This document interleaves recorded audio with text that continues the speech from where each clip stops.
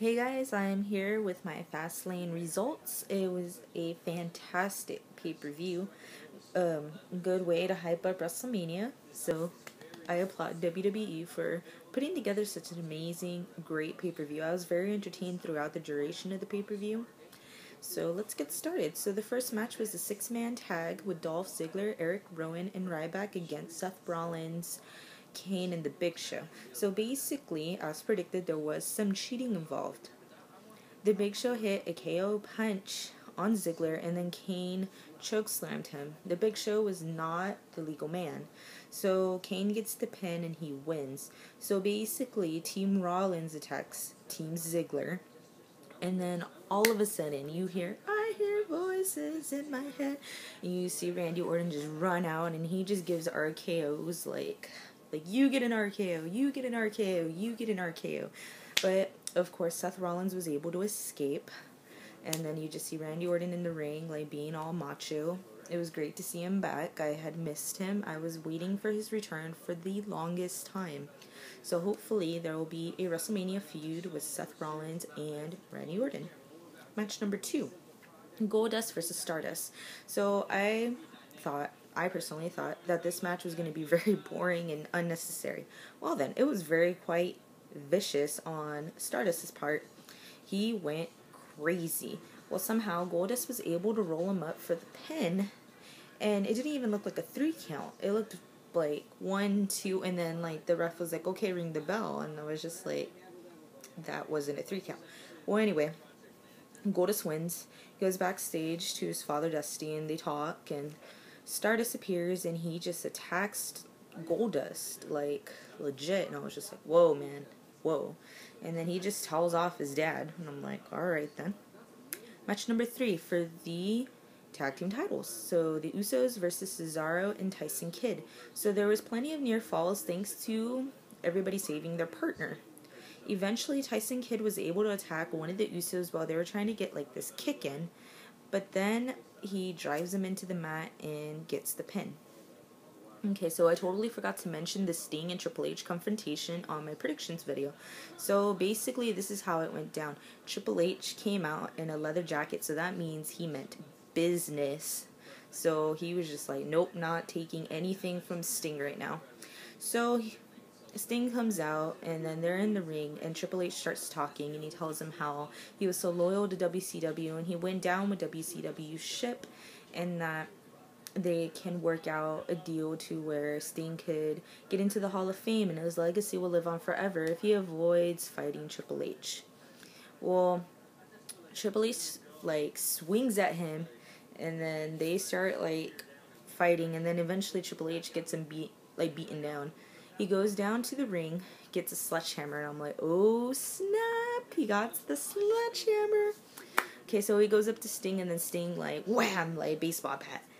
And he puts it like up against his neck, and then he corners him into like a corner.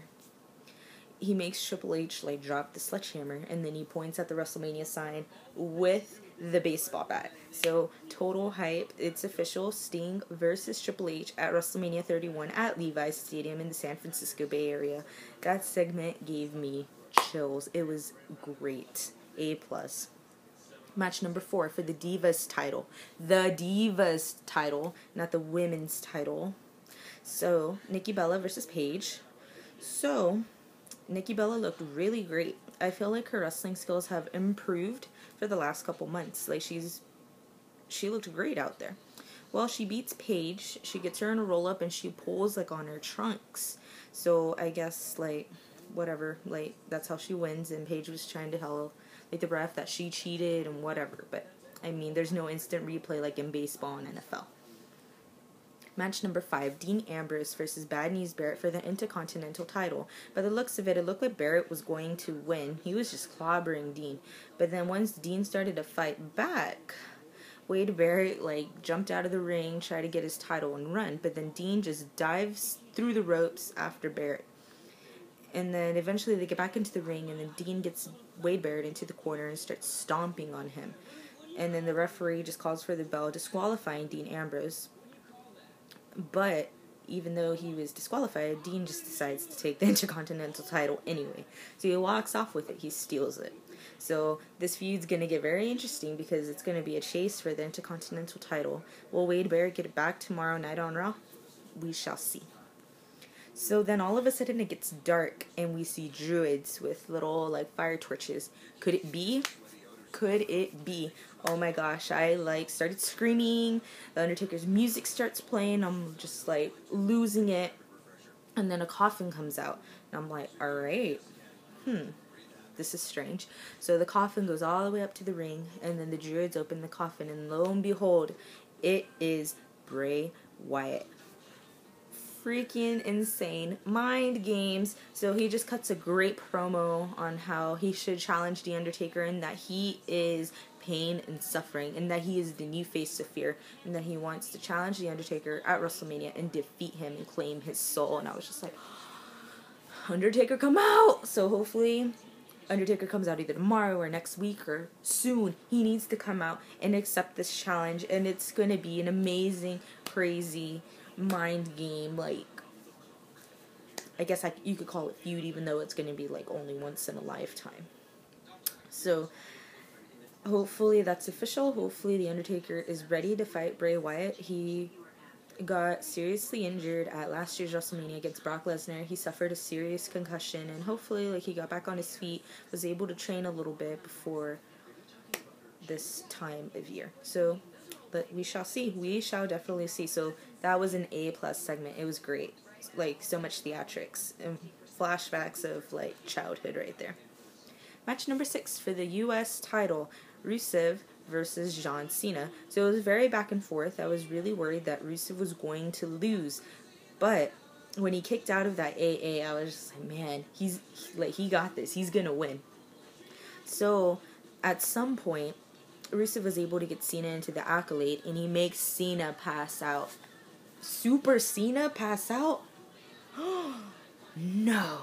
But yes, he passed out. Like, yeah, he didn't tap, but, I mean, he still lost the match by submission, or by not being able to defend himself because he passed out. So, Rusev retains the title, so hopefully he keeps this winning streak until, like, forever. No, I'm just kidding. Not forever, but he'll probably lose it at WrestleMania against Cena, so that's kind of a bummer, but, oh well.